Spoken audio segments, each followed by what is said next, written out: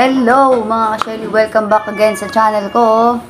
Ngayon magkukulay tayo ng buhok, wala nang paligoy-ligoy pa.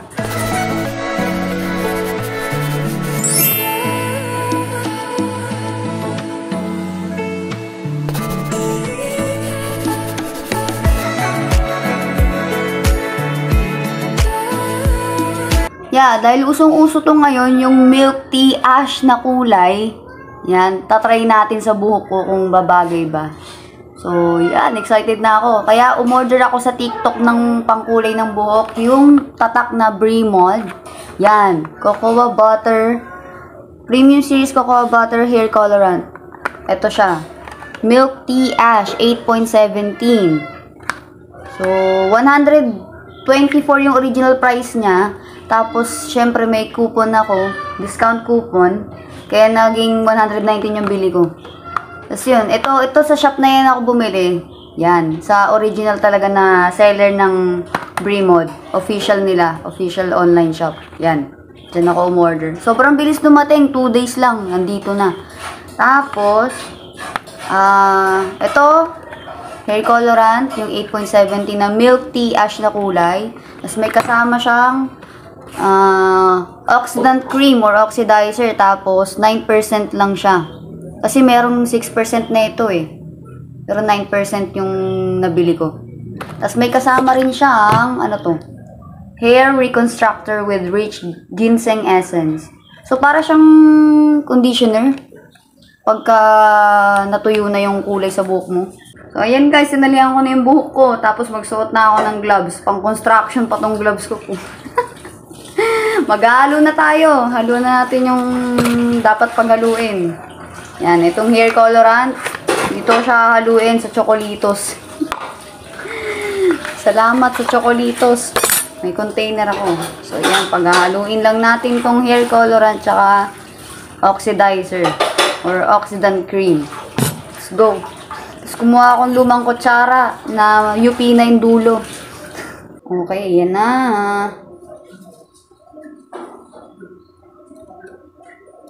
Siyempre, lalahatin natin. Hindi pa na, alam nyo ba, first time kong magkukulay sa buhok ko, sa sarili ko. Hindi talaga ako expert dito, di ako marunong. Disclaimer lang, hindi ako magaling magkulay ng buhok. Talagang susubukan ko lang talaga sa sarili ko. Never pa akong magkukulay, ngayon pa lang. Milk tea ash. Ano kayang kalalabasan? Yung iba, gumagamit ng bleach. Eh, hindi naman ako marunong gumamit ng bleach. Nakakatakot. Tsaka, niriband kasi itong buhok ko, baka masira. Kaya, hindi tayo gagamit ng bleach for today's video. Walang bleach to guys ha. FYI, walang bleach tong gagamitin ko. Hair colorant lang, tsaka oxidant cream. Tingnan natin kung anong kalalabasan. Tapos, ito namang oxidant cream. Ilalahat natin yan dahil nilahat natin yung hair colorant. Ilalahat din natin tong oxidizer. Yan.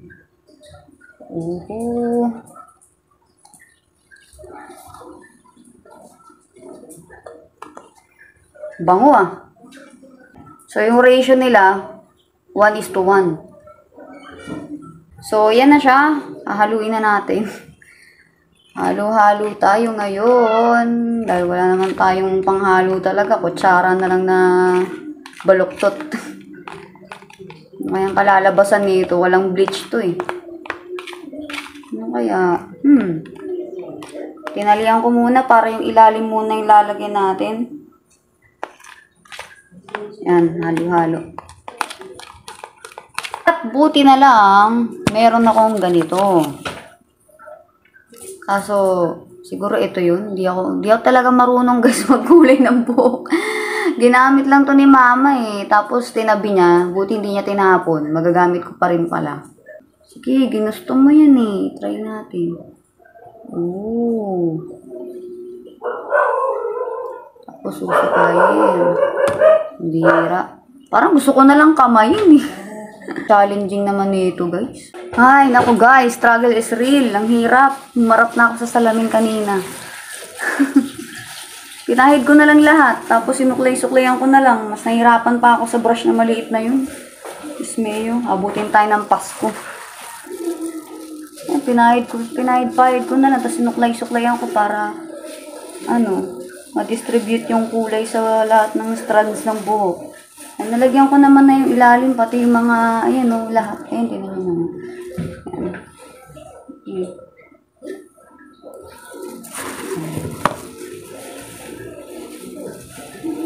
Ang hirap pala magkulay ng buhok.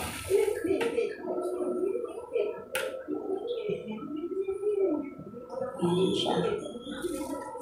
Inuubos ko na lang natirang pinalo ko kanina. Wala, para siya nagiging violet, guys, oo. Tapos patutuyuin ko siya ng 45 minutes. Okay, guys, tapos na ako maglagay ng pangkulay sa buhok ko. Tapos tinan nyo naman.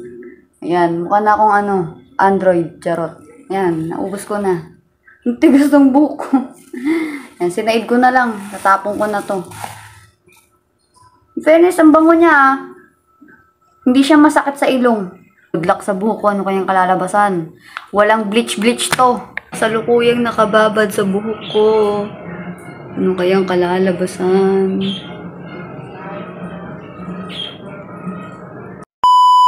Okay.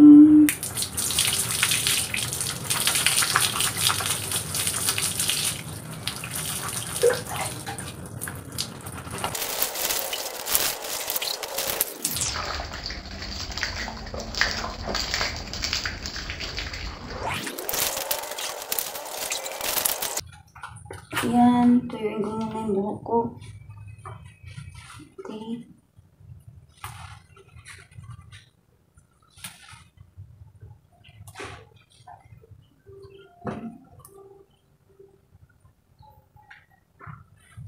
Okay guys, it's time to put this one.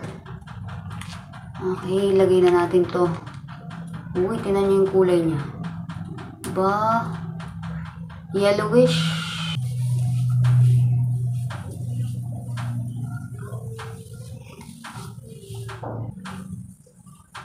Tapos, ibababad natin to ng 15 to 20 minutes. Tapos saka natin babanlawan ulit. Lagyan din natin yung mga strands ng buhok sa anit. Natural na sunlight yung gamit natin ngayon, guys. Hindi ako nag-iilaw ngayon. Nasa labas kasi ako. Okay, mga ka-Shelly, tapos na ang 15 minutes. Magbabanlaw na ako at diretso ligo na rin ako. So, papakita ko sa inyo mamaya kung anong kulay pag natuyo. Let's go! Medyo natuyo-tuyo na yung buhok ko. Yan na itsura niya. Yan na siya. Yan. Yan, tapat tayo sa araw. Yan.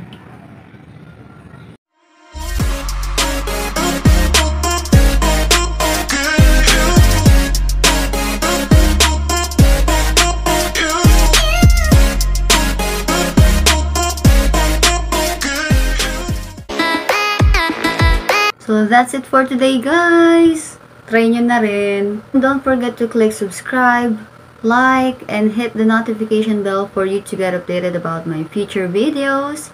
God bless and see ya!